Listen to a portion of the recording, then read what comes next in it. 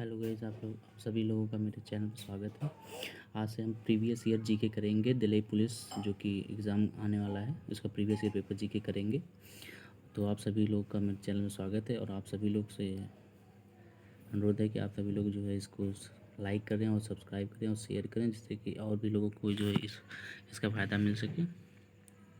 तो आज से हम लोग स्टार्ट करेंगे। ये 16 दिसंबर 2020 का पेपर है जो हुआ है। तो इसमें 50 क्वेश्चन आने वाले हैं दिल्ली पुलिस कांस्टेबल में, जो कि सबसे ज़्यादा स्कोरिंग मार्क्स इसमें होंगे 50 क्वेश्चन आने। तो इसमें क्या होता है कि बार बार जो है कि प्रीवियस ईयर क्वेश्चंस रिपीट करती हैं, जो है कि एसएससी जो कंडक्ट कराती है एजेंसी हमारे पेपर्स को। तो आप जो है कि अगर एक बार इसको पढ़ लेते, एक बार देख लेते हैं। मैं सारे जो भी प्रीवियस ईयर पेपर अभी तक के हुए हैं, सारे प्रीवियस पेपर कराने जा रहा हूँ इस चैनल पे। तो आप अपने चैनल को सब्सक्राइब कर लें, जिससे कि आपको जो है कि लेटेस्ट जो भी इससे रिगार्डिंग वीडियो हैं आपको मिलती रहें।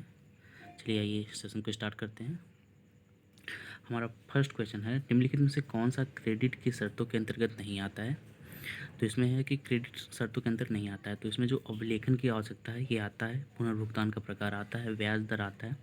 जो राइट आंसर हो जाएगा क्वेश्चन नंबर 1 का, वो हो जाएगा 4। सांगठनिक पदानुक्रम जो है कि राइट आंसर हो जाएगा। तो जो है इसमें क्या है, क्रेडिट की शर्तों के अंतर्गत नहीं आता। क्या नहीं आता? राइट आंसर 4 हो जाएगा, सांगठनिक पदानुक्रम नहीं आता है। ठीक है, हम चलते हैं। क्वेश्चन नंबर 2 है, निम्नलिखित में से किस वर्ष में जर्मन विशेषज्ञ डाइट्रिच ब्रैंडिस ने भारतीय वन अधिनियम प्रतिपादित किया था।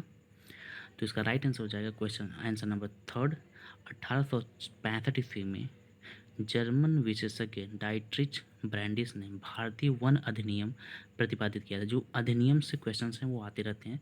तो आप एक चीज़ इससे भी और अनुमान लगा सकते हैं कि जो भी क्वेश्चंस प्रीवियस में आ रहे हैं, जिस टॉपिक से आ रहे हैं, तो आप उनको भी पढ़ें अलग से। जैसे अधिनियम है तो अधिनियम ज़्यादातर आते हैं, तो आप उसको भी कवर करते हुए चलें, जिससे कि पता चले कि हाँ ठीक है, इतने सारे अधिनियम हैं। मैं उस पर भी एक वीडियो बना दूंगा। अभी फ़िलहाल इस पर काम करते हैं, देखते हैं। तो भारतीय वन अधिनियम प्रतिपादित किया था सन 1865 में। किसने किया था?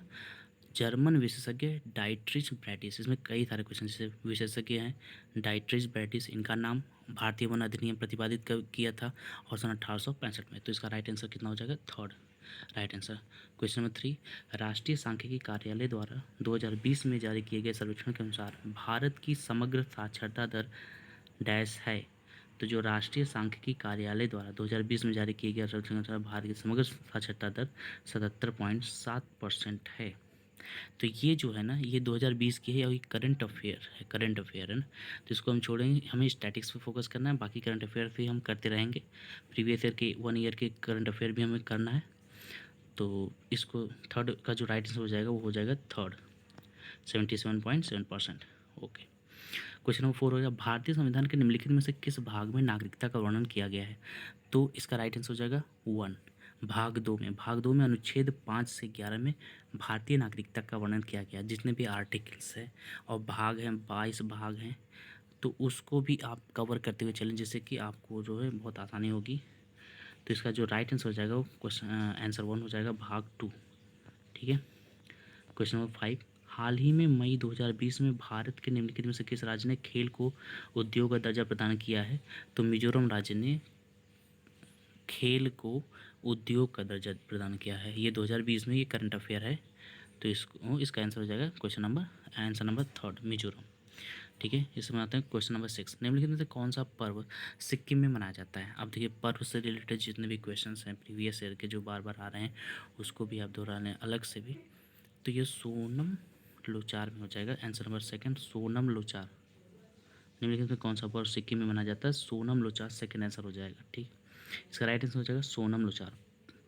ड्री, गांगनिगाई और सेके रनेई।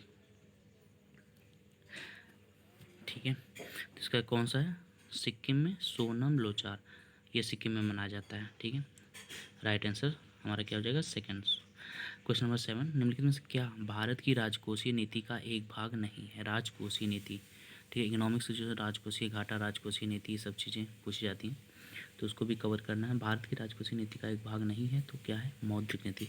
मौद्रिक नीति ये जो है हमारा जो आरबीआई बैंक है, जो सेंट्रल बैंक है आरबीआई, वो मौद्रिक नीति को देखती है, तो ये राजकोषीय नीति को नहीं देखती। ठीक, तो निवेश रणनीतियाँ, सब्सिडी, कल्याणकारी व्यय, क्योंकि भारत सरकार इसको करती है। ठीक है, मौद्रिक नीति किसे करती है, आरबीआई द्वारा किया जाता है। तो इसमें से कौन नहीं है, तो मौद्रिक नीति नहीं है। तो राइट आंसर कौन हो जाएगा, 1, मौद्रिक नीति।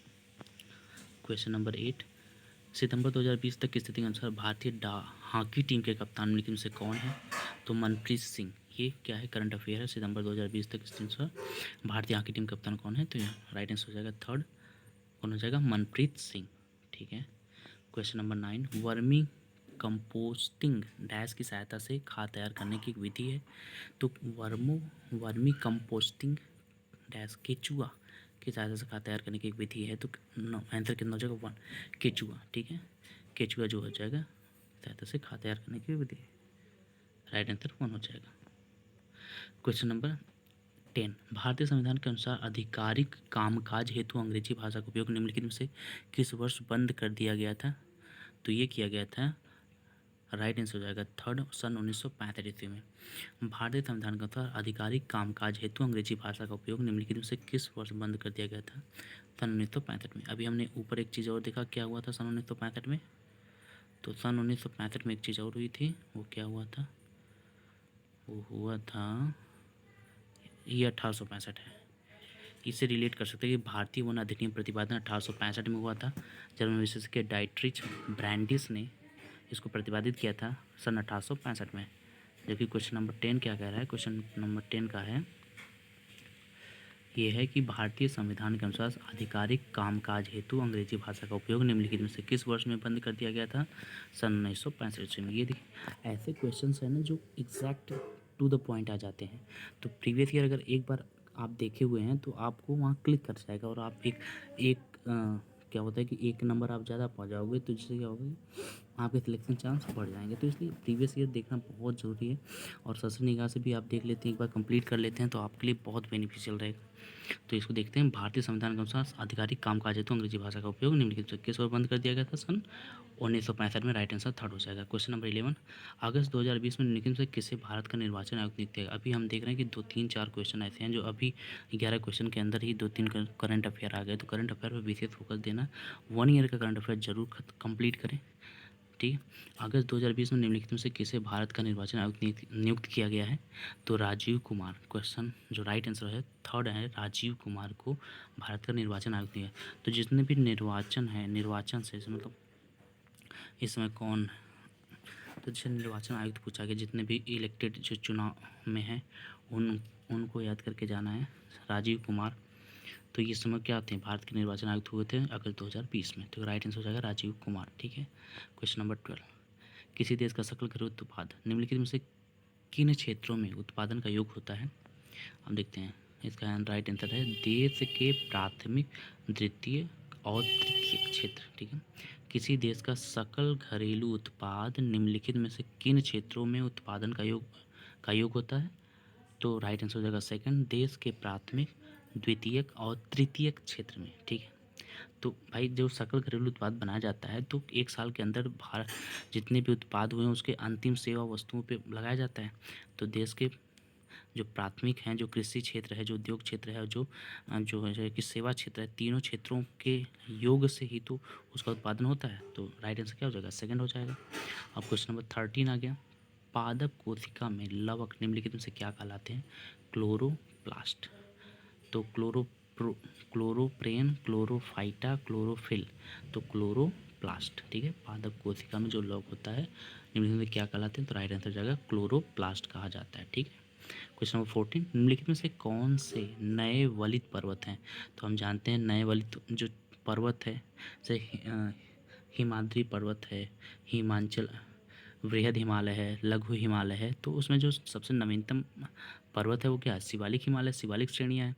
तो क्या हो जाएगा, इसने पूछा नए वलित पर्वत कौन है, तो नए वलित पर्वत कौन हो जाएंगे, तो ये जगह शिवालिक श्रेणी, क्या हो जाएगी, शिवालिक श्रेणी। Right answer 4 is right answer, Shivalik श्रेणी हो जाएगा। ठीक है, क्वेश्चन नंबर 15, काशी विश्वनाथ मंदिर निम्नलिखित में से किस नदी के तट पर स्थित है।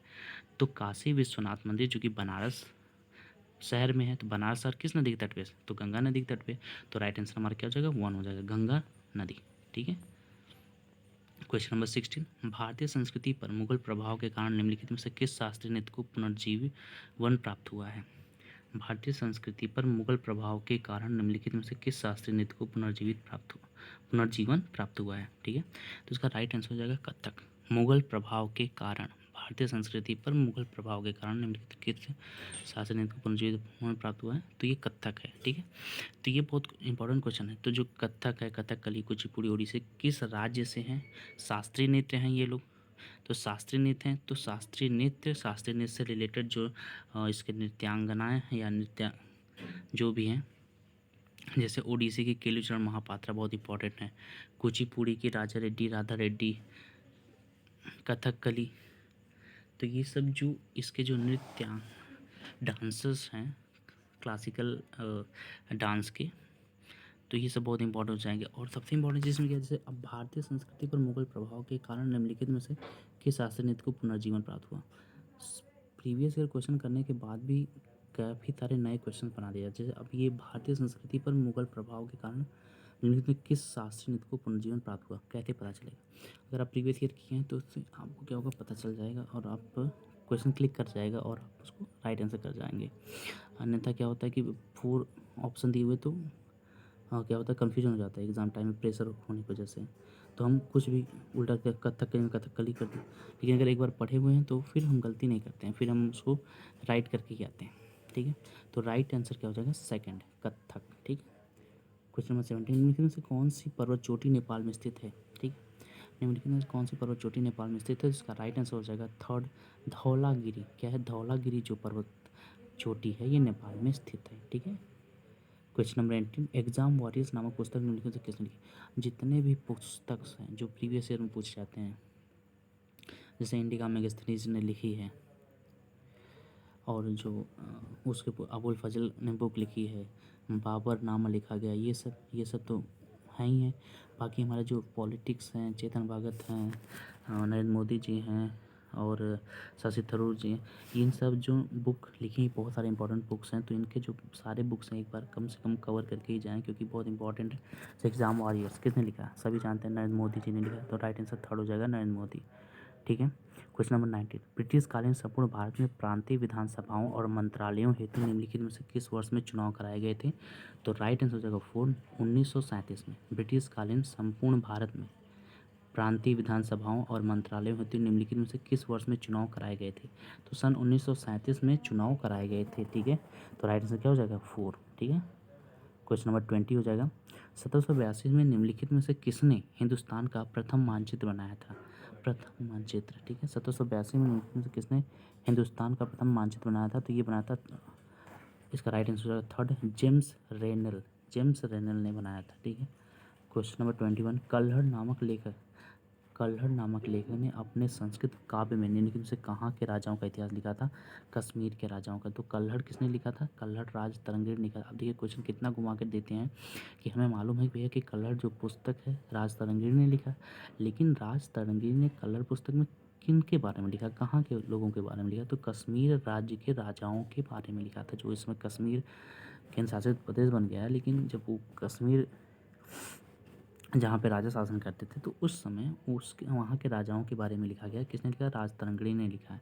तो इसलिए प्रीवियस ईयर क्वेश्चन करना बहुत इंपॉर्टेंट है। फिर उससे रिलेटेड क्वेश्चन कि कल्हड़ पुस्तक किसने लिखी? राज तरंगिणी ने लिखी। किसके बारे में लिखी? कश्मीर के राजाओं के बारे में लिखी। इसका राइट आंसर हो जाएगा 1। ठीक है।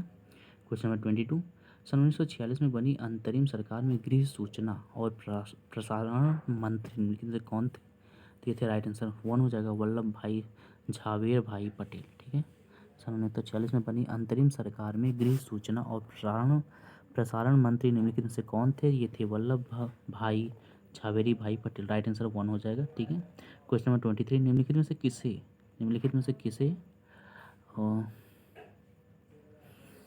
से किसे सामाजिक मुद्दों पर उनके द्वारा किए गए कार्य तथा विभिन्न धर्मों के बीच शांति और सद्भाव को बढ़ावा देने के लिए 2020 में पद्म भूषण पुरस्कार प्रदान किया गया? ठीक है। अब देखिए ये क्या है, ये करंट अफेयर है।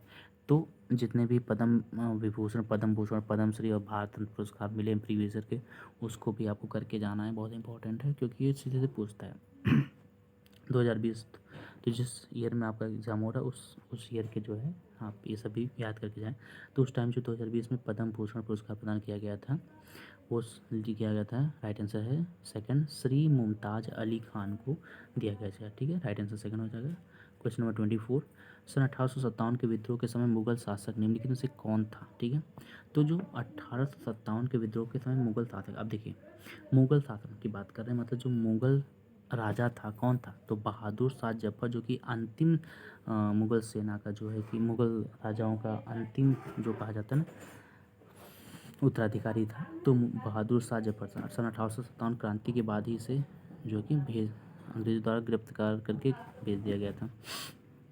ठीक है, तो कौन था? शाहजहाँ नहीं थे, औरंगजेब नहीं थे, जहांगीर नहीं थे। ठीक है, बहादुर शाह जफर। ठीक है, ऐसे भी अगर आप इसको एलिमिनेट करके भी करेंगे तो आराम से करें, बहादुर शाह जफर ही अंतिम वो।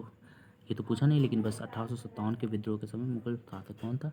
तो बहादुर शाह जफर था। ठीक है, राइट आंसर थर्ड हो जाएगा। क्वेश्चन नंबर 25, एशिया फुटबॉल परिसंघ के अनुसार निम्नलिखित में से कौन सा देश महिला एशियाई कप 2022 की मेजबानी करेगा? ठीक है, तो 2022 की मेजबानी कौन करेगा? ये बहुत इंपॉर्टेंट, जो आगामी खेल होते हैं जैसे ओलंपिक खेल हो गया, पैरा ओलंपिक खेल हो गया जो है कि, और जो एशियाई खेल हो गए, राष्ट्रमंडल खेल हो गए, जितने भी आगामी आने वाले खेल हैं वो भी बहुत ज़्यादा इंपॉर्टेंट है। तो उनको भी कवर करना बहुत इंपॉर्टेंट है। उनको भी कैसे एशियाई खेल जैसे 2022 में का 23 में कहाँ होगा, 24 में कहाँ, क्योंकि हर 4 साल में होते हैं। तो जैसे 22 में होगा तो फिर 26 में होगा, फिर 30 में होगा, तो ऐसे उसको राष्ट्रमंडल खेल, फिर उसके बाद आईसीसी खेल है उसको करना है। तो राइट आंसर थर्ड हो जाएगा। क्वेश्चन नंबर 26, निम्नलिखित में से कौन सा एक कवक है? तो राइट आंसर 1 पेनिसिलियम। ठीक है, पेनिसिलियम। क्वेश्चन नंबर 26, निम्नलिखित में से कौन सा एक कवक है? पेनिसिलियम।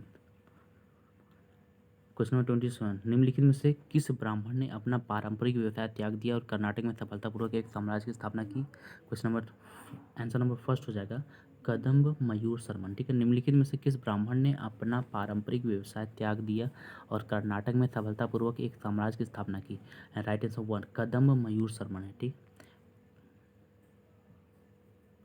ये इंपॉर्टेंट क्वेश्चन है, इस पर ध्यान देना चाहिए कि इन्होंने क्या किया था। ये ब्राह्मण ने अपना पारंपरिक व्यवसाय त्याग दिया और कर्नाटक में सफलतापूर्वक एक साम्राज्य की स्थापना की थी। ठीक है, ब्राह्मण क्या करते हैं? पूजा पाठ करते हैं, लेकिन उन्होंने उसको त्याग करके कर्नाटक में सफल राज्य की स्थापना की, वहाँ के राजा बने। कदम्ब मयूर शर्मा इनका नाम है।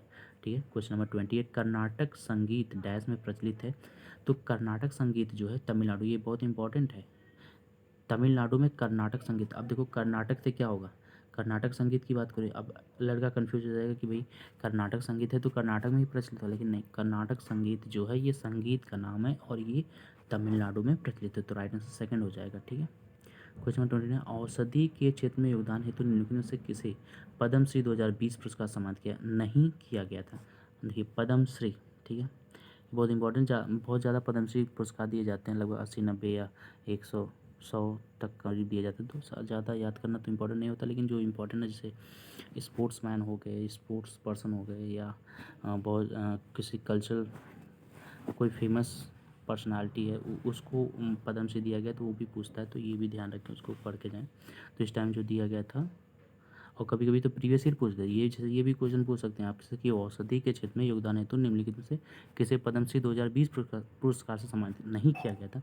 तो पुरुषोत्तम दधीची को नहीं। अब पूछ लिया कि किसको किया गया था, तो सुवन बनर्जी हैं, योगी एरोन, पद्मावती बंदोपाध्याय हैं, तो ये भी पूछ सकता है। ठीक है, तो राइट आंसर क्या हो जाएगा? सेकंड, पुरुषोत्तम दधीच। क्वेश्चन नंबर 30, निम्नलिखित में से किस प्रकार की कृषि मानसून तथा मृदा की प्राकृतिक उर्वरता पर निर्भर होती है? ठीक है, निम्नलिखित में से किस प्रकार की कृषि मानसून तथा मृदा की प्राकृतिक उर्वरता पर निर्भर करती है? ठीक है, तो यह है प्राचीन निर्वाह कृषि। ठीक है, प्राचीन निर्वाह कृषि, राइट आंसर हो जाएगा 1 प्राचीन निर्वाह कृषि। ठीक है, क्वेश्चन नंबर 31, बुआई का समय प्रारंभ होने से पूर्व भारत सरकार फसलों का न्यूनतम समर्थन मूल्यों को घोषित करती है। ठीक है, बुआई का समय प्रारंभ होने से पूर्व भारत सरकार फसलों का न्यूनतम समर्थन मूल्यों को घोषित करती है। इसका राइट आंसर हो जाएगा सेकंड, कीमतों की अस्थिरता से किसानों की सुरक्षा प्रदान करने के लिए। जैसे मान लीजिए कोई प्राइवेट कंपनी है, उनके फसलों को कम कीमत में लेगी जिससे किसानों को घाटा होगा, तो इसलिए जो जो न्यूनतम समर्थन मूल्य घोषित करती है सरकार जी, इससे भी कम में आपको नहीं देगी किसान के फ़ायदे के लिए, जिससे उन्हें नुकसान ना हो। ठीक है, तो राइट आंसर सेकंड, कीमतों की अस्थिरता से किसानों को सुरक्षा प्रदान करने के लिए। ठीक है, क्वेश्चन नंबर 32, प्राचीन भारत में पत्थर के औजार बनाने के लिए निम्नलिखित में से किस तकनीक का उपयोग किया जाता है? तो ये किया जाता था, राइट आंसर का 4, प्रेशर फ्लैकिंग। ठीक है, प्राचीन भारत में पत्थर के औजार बनाने में निम्नलिखित में से किस तकनीक का उपयोग किया जाता है? इसका नाम है प्रेशर फ्लैकिंग। क्या नाम है? प्रेशर फ्लैकिंग। राइट आंसर हो जाएगा 4, प्रेशर फ्लैकिंग। क्वेश्चन नंबर 33, मानव नेत्र के निम्नलिखित में से किस भाग पर चित्र बनता है? तो रेटिना, हम सभी जानते हैं। राइट आंसर हो जाएगा 1 कि मानव नेत्र के कहाँ बनता है चित्र? रेटिना पे बनता है। और देखिए, ये देखिए, राष्ट्रमंडल खेल महासंघ के निर्देशानुसार 17वें राष्ट्रमंडल युवा खेलों का आयोजन निम्नलिखित में से किस वर्ष में किया जाएगा? तो ये किया जाएगा, राइट आंसर 4 हो जाएगा 2023 में, 17वें राष्ट्रमंडल युवा खेलों का आयोजन। ठीक है, क्वेश्चन नंबर 35, प्राचीन भारत में मोटे अनाजों की कृषि के साक्ष्य निम्नलिखित में से किस स्थल पर पाए गए हैं? तो ये पाए गए हैं हल्लूर में। कहाँ पाए गए हैं? राइट आंसर सेकंड हो जाएगा, हल्लूर में पाए गए हैं प्राचीन भारत में मोटे अनाजों की कृषि के साक्ष्य। ठीक है, right answer second, Hallur. Question number 36 है, किस नगर निगम द्वारा अर्जित धन का 25 से 30% भाग निम्नलिखित में से किस कर से प्राप्त होता है? तो संपत्ति कर से होता है। ठीक, तो नगर निगम द्वारा अर्जित धन का 25 से 30% भाग संपत्ति कर से प्राप्त होता है। ठीक है, कॉर्पोरेट कर है, उपहार कर है, सेवा कर है, तो संपत्ति कर से 25 से 30% भाग क्या होता है? प्राप्त होता है, संपत्ति कर। राइट आंसर सेकंड हो जाएगा, संपत्ति कर। राइट। हाँ, क्वेश्चन नंबर 37, निम्नलिखित में से कौन सा प्राधिकरण औपचारिक ऋण स्रोतों की कार्यप्रणाली का पर्यवेक्षण करता है? तो ये हो जाएगा, राइट आंसर सेकंड, भारतीय रिजर्व बैंक। ठीक है, तो निम्नलिखित में से कौन सा प्राधिकरण औपचारिक ऋण स्रोतों की कार्यप्रणाली का परीक्षण करता है? भारतीय reserve bank. Question number 38, a handful of nuts. ठीक है, क्या है? नामक पुस्तक, जो पुस्तक अभी मैंने बताया रस्किन बॉन्ड द्वारा लिखी गई। राइट आंसर वन है रस्किन बॉन्ड। ठीक, ये पुस्तक रस्किन बॉन्ड द्वारा लिखी गई है। तो जितनी भी पुस्तक हैं रस्किन बॉन्ड, अरुंधति राय द्वारा लिखी गई, शशि थरूर द्वारा लिखी गई है। ठीक है, अमिताभ घोष द्वारा लिखी गई, तो ये सब जो चेतन भगत द्वारा लिखी गई, तो ये जो बहुत सारे इंपॉर्टेंट बुक्स हैं, जो एक बुक 2 बुक आपसे पूछ ही लिया जाता है, तो उसको भी तैयार रखें क्योंकि बहुत ज़्यादा इंपॉर्टेंट है। जैसे आप देख रहे हैं कि 38 क्वेश्चन में ये पूछ लिया कि अ हैंडफुल ऑफ नट्स नामक पुस्तक किसके द्वारा लिखी गई है? जैसे अमिताभ घोष हैं, खुशवंत सिंह हैं, जैसे a train to Pakistan, Khushwant Singh द्वारा, बहुत फेमस बुक है, बार बार पूछती ही रहती है। ठीक है, तो ये इंपॉर्टेंट जितने भी हैं 2 4 5 6 जो मतलब जो भी बहुत इंपॉर्टेंट हैं 8 10 हैं, तो उनकी बार बार बुक से पूछ जाती हैं। तो अगर आप एक बुक में पढ़ लेंगे तो आपका उसमें कोई ना कोई एक बुक से आपसे फंस ही जाएगा। ठीक है, तो इसका राइट आंसर है 1। ठीक, रस्किन बॉन्ड। क्वेश्चन 39, निम्नलिखित में से कौन सी नदी पूर्व की ओर प्रवाहित होती है? तो ये जो ब्राह्मणी नदी है ना, ये पूर्व की ओर प्रवाहित होती है। जा देखो, ताप्ती नदी, नर्मदा नदी, देखो ताप्ती नदी, नर्मदा नदी ऐसी हैं जो कि एस्चुरी बनाती हैं। ठीक, तो ये क्या होती है? पूर्व से पश्चिम की ओर बहती हैं। ठीक, और एस्चुरी बनाती है। माही नदी भी है जो कि राजस्थान में ही है। तो ब्राह्मणी नदी जो है ना, ये पूर्व की प्रवाहित होती है, मतलब पूर्व दिशा की ओर प्रवाहित होती है। तो इसमें राइट आंसर क्या थर्ड हो जाएगा, जो कि पूर्व की ओर प्रवाहित होती है। ठीक है, क्वेश्चन नंबर 40, उच्च तापमान और भारी वर्षा वाले क्षेत्रों में निम्नलिखित में से किस प्रकार की मृदा का निर्माण होता है? इसे मैं थोड़ा बड़ा कर देता हूँ। किस प्रकार की मृदा का निर्माण होता है?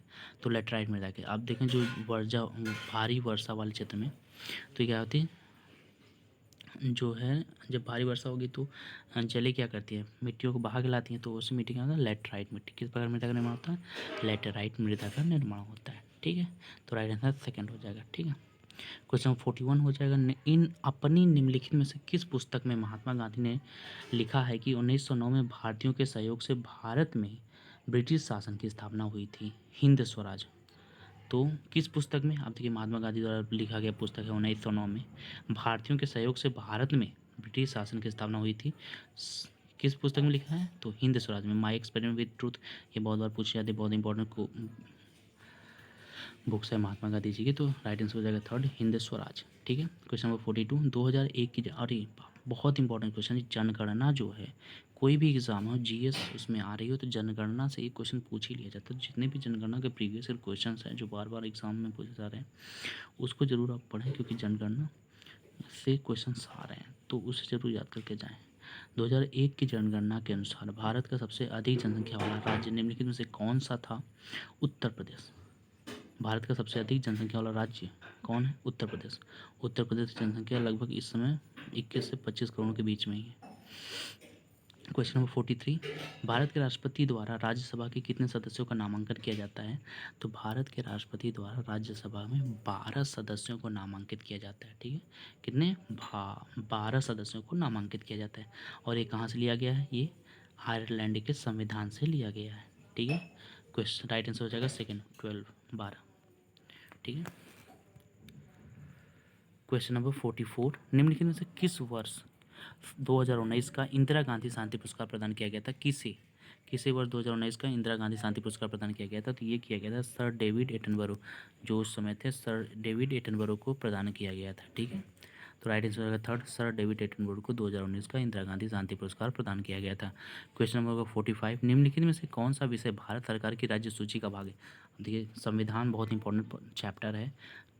कोई ना कोई आर्टिकल्स हो गया, भाग हो गया, अनुच्छेद हो गया, या आर्टिकल से ज़्यादा पूछे, जैसे आपका जो है महान्यायवादी, धन विधेयक, संचित निधि, आकस्मिक निधि, वित्त आयोग, तो उसके जो है ना अनुच्छेद आर्टिकल्स पूछ लेते हैं। इसमें क्या पूछा है कि निम्नलिखित में से कौन सा विषय भारत सरकार की राज्य सूची का भाग है? तो संघ सूची है, राज्य सूची है, समवर्ती सूची है। तो ये बोला कि राज्य सूची का भाग कौन है? देखिए, विवाह, बैंकिंग सेक्टर है, तो बैंकिंग सेक्टर तो आपकी केंद्र सूची हो जाएगी।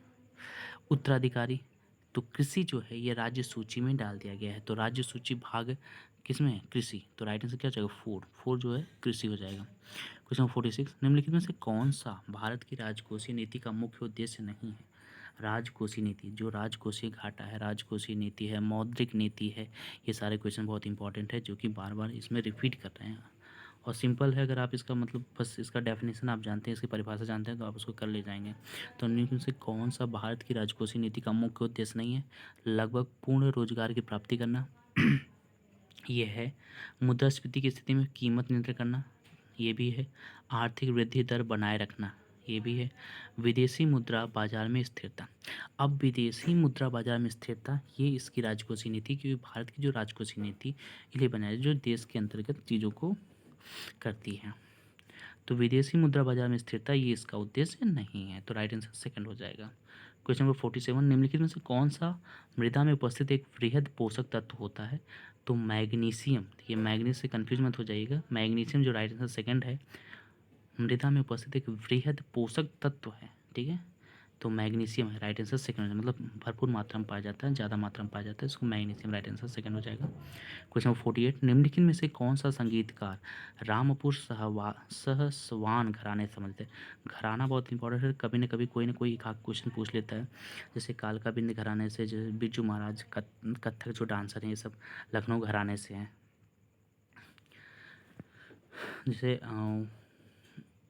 किराना घराना है, आगरा घराना है, तो जो घराने हैं एक बार कम से कम उनको मतलब ऐसे सरसरी निगाह से देख लेंगे तो सही रहेगा। क्योंकि घराना भी कभी ना कोई ना कोई क्वेश्चन को टफ बनाने के लिए ये क्या करते हैं, कुछ ना कुछ भी पूछ लेते हैं। हाँ, मतलब ये भी पूछ लेते हैं कि इनको पद्मश्री किस सन में मिला, पद्म पुरस्कार किस सन में मिला, तो ये सब पूछ लेते हैं। ललित कला अकादमी कब मिला, संगीत नाटक अकादमी किस सन में मिला, तो ये सब भी पूछ लेते हैं। जो घराना पूछे तो घराना रामपुर सासवान घराने से संबंधित है। ठीक है, तो यह है मालिनी राजू रकर। ठीक है, Malini Raju Rakar second answer right answer हो जाएगा। रामपुर सासवान घराने से संबंधित है Malini Raju Rakar, right answer second हो जाएगा। ठीक है, क्वेश्चन नंबर 49 है, निम्नलिखित में से कौन सा केरल का एक नृत्य रूप है? तो ये मोहिनी अट्टम, केरल जानते हैं, मोहिनी अट्टम। कुचिपुड़ी आंध्र प्रदेश का है, सत्रिया असम का है, भरतनाट्यम तमिलनाडु का है। तो मोहिनीअट्टम कहाँ का बच्चा? केरल राज्य का। मोहिनी कथकली है, मोहिनीअट्टम कहाँ का है? केरल राज्य का शास्त्रीय नृत्य है, तो राइट आंसर थर्ड हो जाएगा। ठीक है, हम लास्ट क्वेश्चन पे आ गए। क्वेश्चन नंबर 50 है, निम्नलिखित में से कौन सा साबुन के अणुओं के दो सिरों इंस का एक गुणधर्म है? तो कौन है? दोनों सिरे जल विरागी होते हैं। दोनों सिरे जलानुरागी होते हैं। कोई सिरा जलानुरागी या जल विरागी नहीं होता। एक सिरा जलानुरागी जबकि दूसरा सिरा जल विरागी होता है। तो ये राइट आंसर उसका आ जाएगा 4। ये बहुत इंपॉर्टेंट क्वेश्चन है। तो निम्नलिखित में से कौन सा साबुन के अणुओं के 2 सिरों का एक गुणधर्म है? तो एक सिरा जलानुरागी जबकि दूसरा सिरा जल विरागी होता है। तो इसका क्वेश्चन नंबर ख़त्म हो गया। हम मेरे सेशन को लाइक करिएगा, इसको सब्सक्राइब कीजिएगा, क्योंकि मैं और सारे वीडियो इस पे चैनल पे डालने वाला हूँ। तो इसको सब्सक्राइब कर लीजिए, जिससे कि सारे जो भी वीडियो हैं प्रीवियस ईयर के आपको मिल जाएं और आप इसको पढ़ के अपने एग्ज़ाम को क्रैक कर लें और इससे ज़्यादा से ज़्यादा नंबर पाएं। Okay, thank you.